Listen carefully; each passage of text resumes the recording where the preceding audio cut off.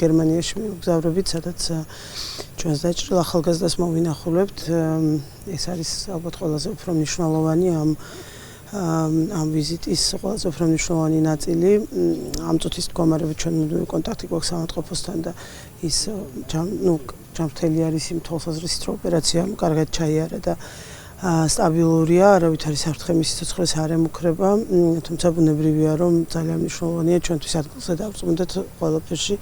შემდეგ მოგზაურობით ამერიკაში, შეხვედრები გვექნება ძირითადად სამხედრო ნაწილში, ასე ვთქვათ, ანუ სამხედრო ხელმძღვანელობასთან, ნატოს წევრი ქვეყნების, იმიტომ რომ ნატოს შტაბ-ბინაში მივდივართ ჩვენ იქ. საკმაოდ წარმატებითი დელეგაციები იქნებიან ჩამოსული სამხედრო პოლიტიკური ხელმძღვანელობა, ასე რომ გვინდა ჩვენი სათქმე და ჩვენი გეგმები გავუზიაროთ და ასევე გავიგოთ თუ მათი მხრიდან რა დახმარება გეგმები უახლოეს მომავალში.